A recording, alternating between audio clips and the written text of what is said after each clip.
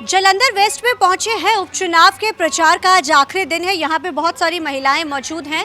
हम उनसे जानते हैं जालंधर की इन महिलाओं से कि जालंधर के चुनावी मुद्दे क्या है। सबसे पहले मैडम आपसे शुरुआत करेंगे, आपका नाम जानना चाहेंगे। जालंधर वेस्ट में हम पहुंचे हैं, क्या चुनावी मुद्दे हैं इस बार के? मैं मनीषा अरोड़ा, वार्ड नंबर 43 से।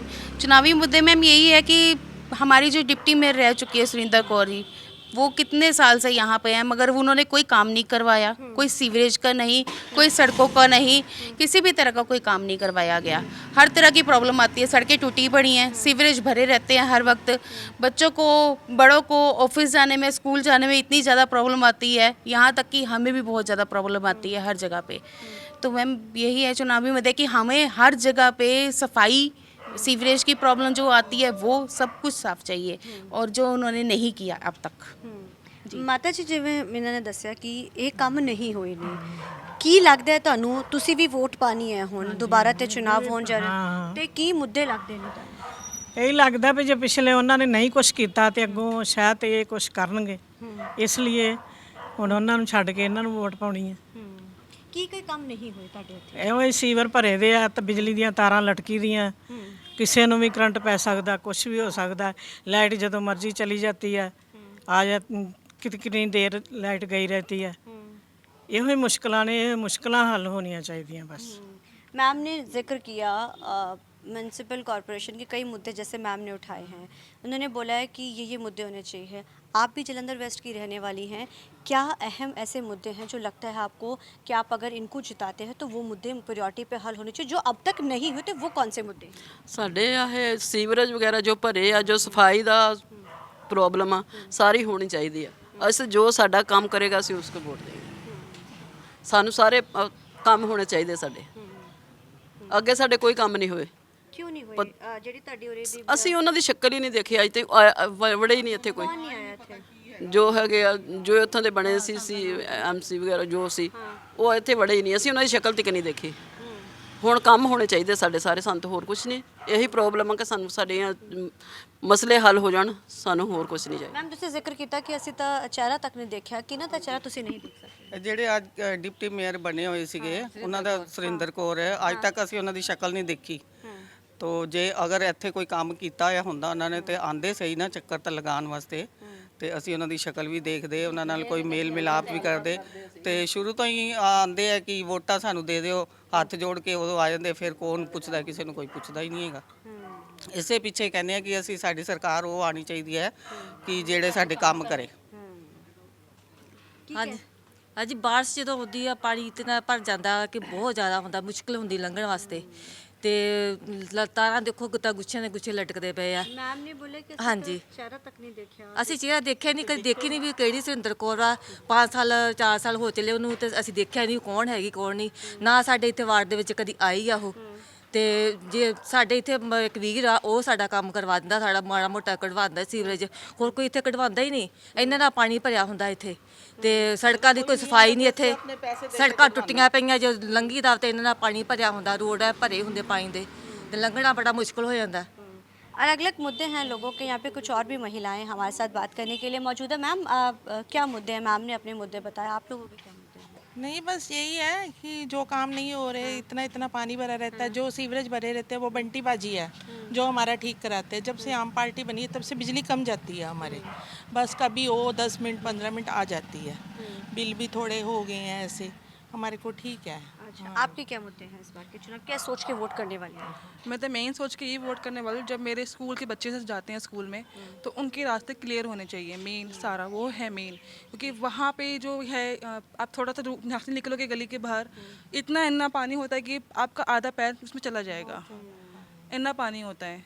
तो स्कूल के बच्चों की हमेशा छुट्टी रहती है मोस्टली, बारिश के दोनों के अंदर, और एग्ज़ाम्स आ रहे हैं तो छुट्टी हम करा नहीं सकते, तो बच्चों को बड़ी मुश्किल से वहाँ पे जाना पड़ता है स्कूल।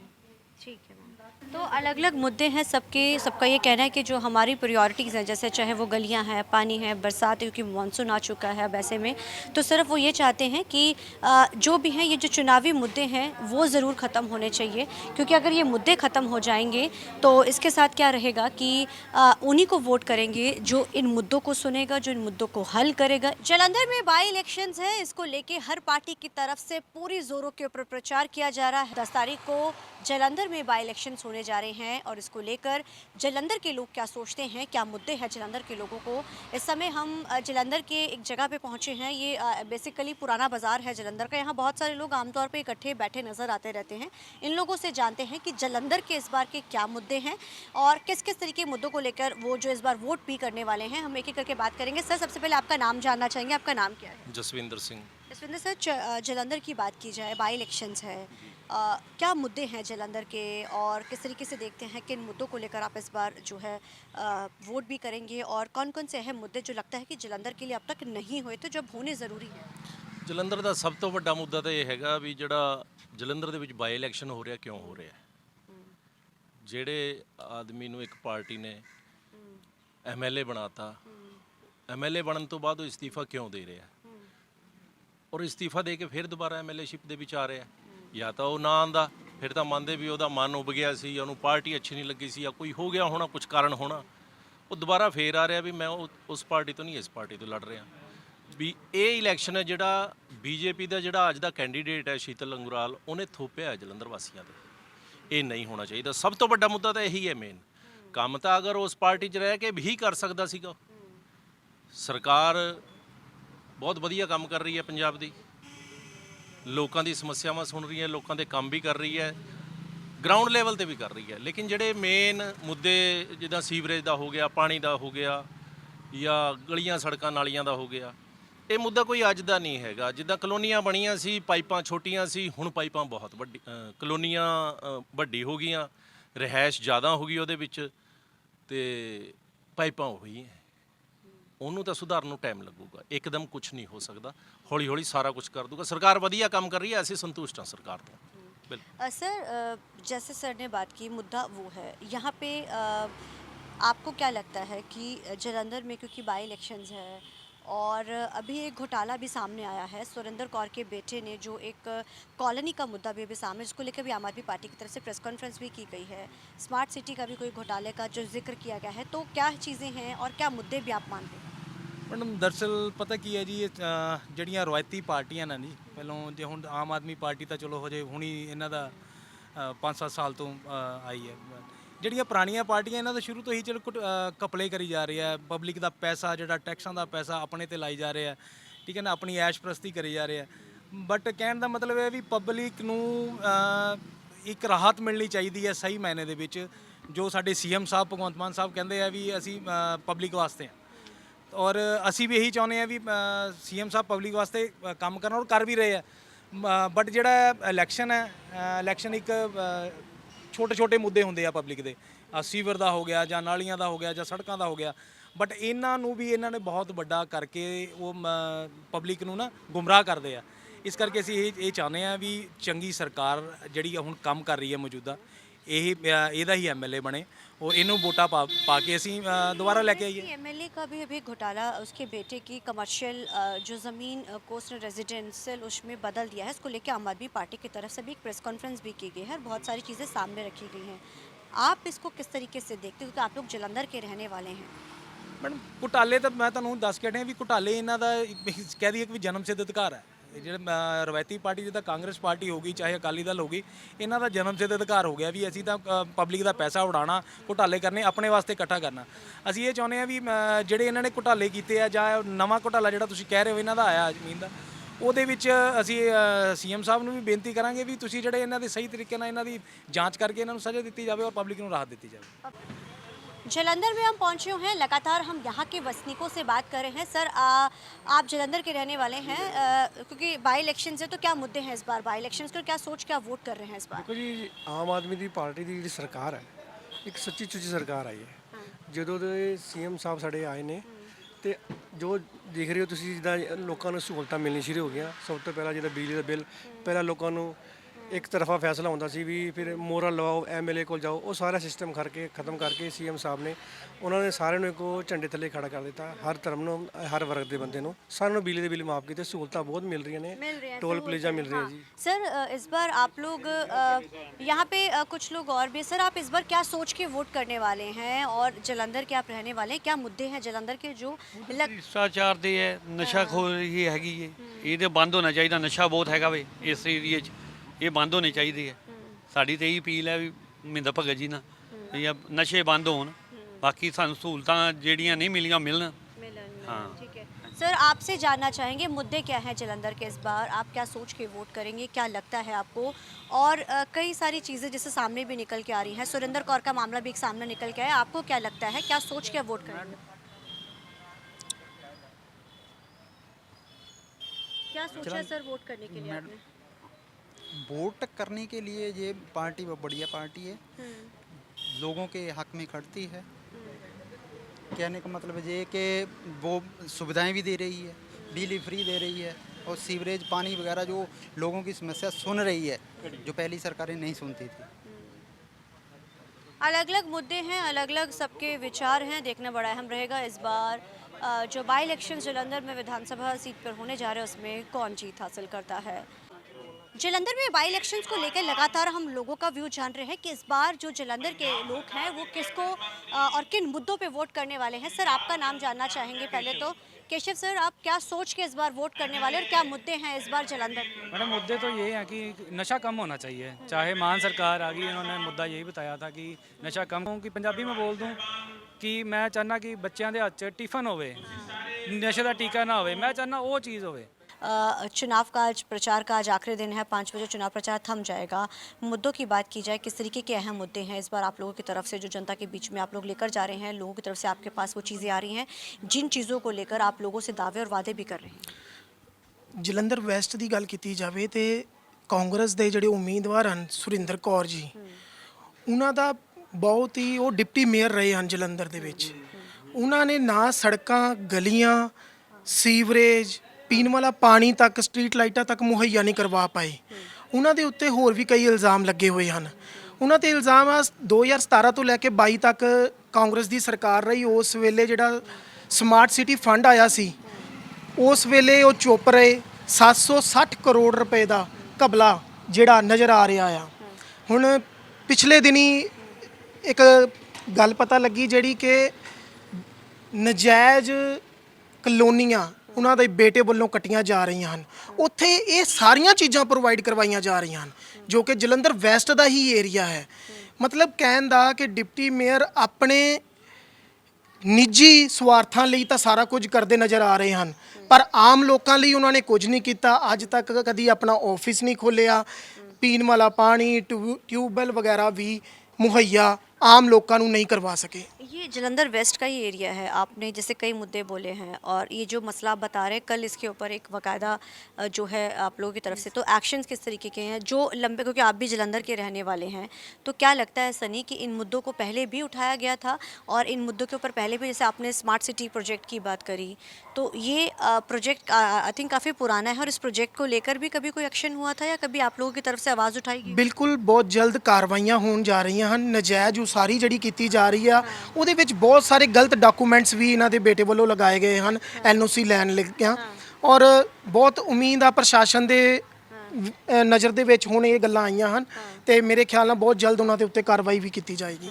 सनी, कई मुद्दे आपने और भी उठाए हैं और कौन कौन से मुद्दे हैं जो लगता है कि आप लगातार लोगों के पास लेकर जा रहे हैं, जो लगता है जिसको लेकर लोग आपकी तरफ वो होंगे? आपने सुरेंद्र कौर की बात की, आपने कहा कि स्मार्ट सिटी प्रोजेक्ट है, कोका कोला का फैक्ट्री का घोटाले की भी आपने जिक्र किया। क्या इससे पहले भी ये कभी मामला सामने आया था या पता चला था कि इस तरीके से जो वो प्रोजेक्ट को इस तरीके से बदल के उसको बिल्कुल इंडस्ट्रियल, जो उसके लिए कमर्शियल था उसको अब रेजिडेंशियल बना दिया गया? कमर्शियल को रेजिडेंस किया और उसके लिए एनओसी वगैरह की लोड़ होती है तो उन्होंने उत्ते उन्होंने बिल्कुल भी कोई एनओसी वगैरह नहीं ली और जदों रजिस्ट्री वगैरह करवाई जाती है वो डॉकूमेंट्स लगते हैं। आया कैसे एकदम से आप लोगों के सामने, कैसे एकदम से ये मामला निकल के आया? क्योंकि ये एक दिन के काम तो नहीं है, लंबे समय से काम अगर चला होगा तभी कैसे सामने आया और कैसे आप लोगों ने इसको उजागर किया? ਜਦੋਂ Aam Aadmi party door to door ਕਰ ਰਹੀ ਹੈ, ਆਮ ਆਦਮੀ ਪਾਰਟੀ ਦੇ ਕੁਝ ਲੀਡਰ ਲੋਕਾਂ ਦੇ ਘਰਾਂ ਵਿੱਚ ਜਾ ਰਹੇ ਹਨ ਔਰ ਲੋਕਾਂ ਦਾ ਕਹਿਣਾ ਹੈ ਕਿ ਨਾ ਸਾਨੂੰ ਸੜਕਾਂ, ਗਲੀਆਂ, ਸਟਰੀਟ ਲਾਈਟਾਂ ਔਰ ਸੀਵਰੇਜ, ਸਾਫ਼ ਪਾਣੀ ਤੱਕ ਨਹੀਂ ਮੁਹੱਈਆ ਕਰਵਾਇਆ ਗਿਆ ਔਰ ਉੱਥੇ 3-3 4-4 ਮਰਲੇ ਦੇ ਜਿਹੜੇ ਪਲਾਟ ਸੁਰਿੰਦਰ ਕੌਰ ਵੱਲੋਂ ਜਾਂ ਉਹਨਾਂ ਦੀ ਫੈਮਿਲੀ ਵੱਲੋਂ ਕੱਟੇ ਜਾ ਰਹੇ ਹਨ, ਉੱਥੇ ਇਹ ਸਾਰੀਆਂ ਚੀਜ਼ਾਂ ਪ੍ਰੋਵਾਈਡ ਕਰਵਾਈਆਂ ਜਾ ਰਹੀਆਂ ਹਨ ਤੇ ਇਸ ਤੋਂ ਸਾਫ਼ ਲੋਕਾਂ ਦੇ ਵਿੱਚ ਰੋਸ਼ ਆ। ਲੋਕ ਇਹ ਚੀਜ਼ ਨੂੰ ਦੇਖਦਿਆਂ ਹੋਇਆਂ ਲੋਕਾਂ ਨੇ ਹੀ ਆਮ ਆਦਮੀ ਪਾਰਟੀ ਨੂੰ ਸ਼ਿਕਾਇਤ ਕੀਤੀ ਆ ਕਿ ਇਸ ਚੀਜ਼ ਨੂੰ ਜ਼ਰੂਰ ਨਜ਼ਰ 'ਚ ਲਿਆਂਦਾ ਜਾਵੇ ਔਰ ਇੱਥੇ ਕਾਰਵਾਈ ਵੀ ਕੀਤੀ ਜਾਵੇ। तो लगता है ये चुनावी मुद्दा अब भग चुका है और इस मुद्दे के ऊपर लगता है कि आगे भी कोई एक्शन आपकी सरकार की तरफ से लिया जाएगा, क्योंकि ये छोटा घोटाला नहीं है और इसकी क्या कोई जांच वांच भी बिठाई जाएगी? ਬਿਲਕੁਲ ਇਹਦੇ ਤੇ ਜਾਂਚ ਲਈ ਵੀ ਕਹਿ ਦਿੱਤਾ ਗਿਆ ਹੈ ਔਰ ਆਉਣ ਵਾਲੇ ਦਿਨਾਂ ਦੇ ਵਿੱਚ ਲੋਕਾਂ ਨੂੰ ਇਨਸਾਫ ਮਿਲੇਗਾ और बहुत जल्द इस पे कार्रवाई भी की जाएगी। ये आज का मसला नहीं है, जब इनकी सरकार थी तब भी ये मसले थे। देखिए, बात आप कर रहे हैं कि ये मसले वाकई तब से चल रहे हैं, 10 साल से चल रहे हैं। जब से मान सरकार आई है, जब हम पर क्राइम कम हुआ है, क्राइम भी कम नहीं हुआ, चाहे मैं किसी को वोट डालता हूँ। और दूसरी बात नशे की बात है, नशा आगे जितना ही बिक रहा है, लेकिन ये मान सरकार से कंप्लेंट करते हैं, रिक्वेस्ट करते हैं कि इसको सुधारा जाए। इसी बेस पे वोट डाली जा रही है कि चलो ये आगे सुधार आएगा। बात आती कारपोरेशन की, ये सफाई का ढेर लगे हैं, पानी की सप्लाई सही नहीं है। ये कारपोरेशन में सरकार कांग्रेस की है, आप आदमी की सरकार नहीं है, ये काम उसका है, मान सरकार का नहीं है। ठीक है, कांग्रेस को करना चाहिए, वो कारपोरेशन में बैठी है, ठीक है ना, कि आप सरकार। तो लेकिन आप सरकार काम तो कर रही ठीक है, लेकिन शायद इसको टाइम लगेगा। इसी टाइम को सोच करके हम वोट दोबारा दे रहे हैं कि चलो ये दोबारा आएगी और ये काम करेगी। अगले ये 5 साल तक काम कर गई तो ये 50 साल नहीं जाएगी।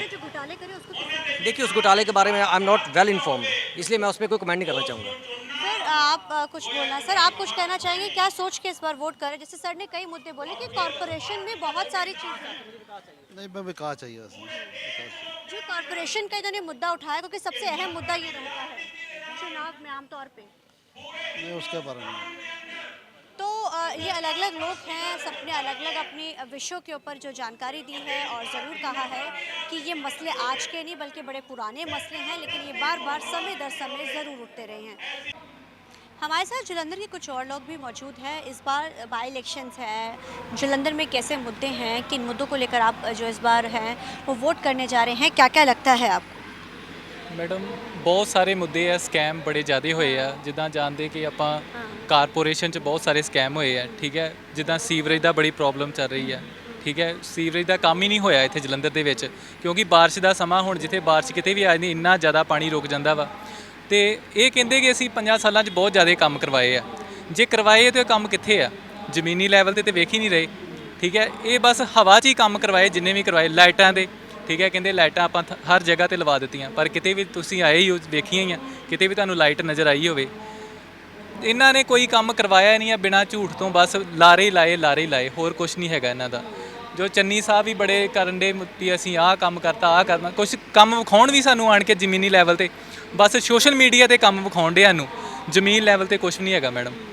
एक और भी मसला आज आम आदमी पार्टी की तरफ से भी उठाया गया है, क्या लगता है आप? ਵੀ ਇਹਨਾਂ ਦੀਆਂ ਸਰਕਾਰ ਦੇ ਵਿੱਚ ਪਿਛਲੇ 5 ਸਾਲ ਦੇ ਵਿੱਚ ਕਾਰਪੋਰੇਸ਼ਨ ਇਹਨਾਂ ਦੀ ਕਾਰਪੋਰੇਸ਼ਨ 'ਚ ਰਹਿੰਦੇ ਹੋਏ ਬਹੁਤ ਹੀ ਘਪਲੇ ਕੀਤੇ ਇਹਨਾਂ ਨੇ।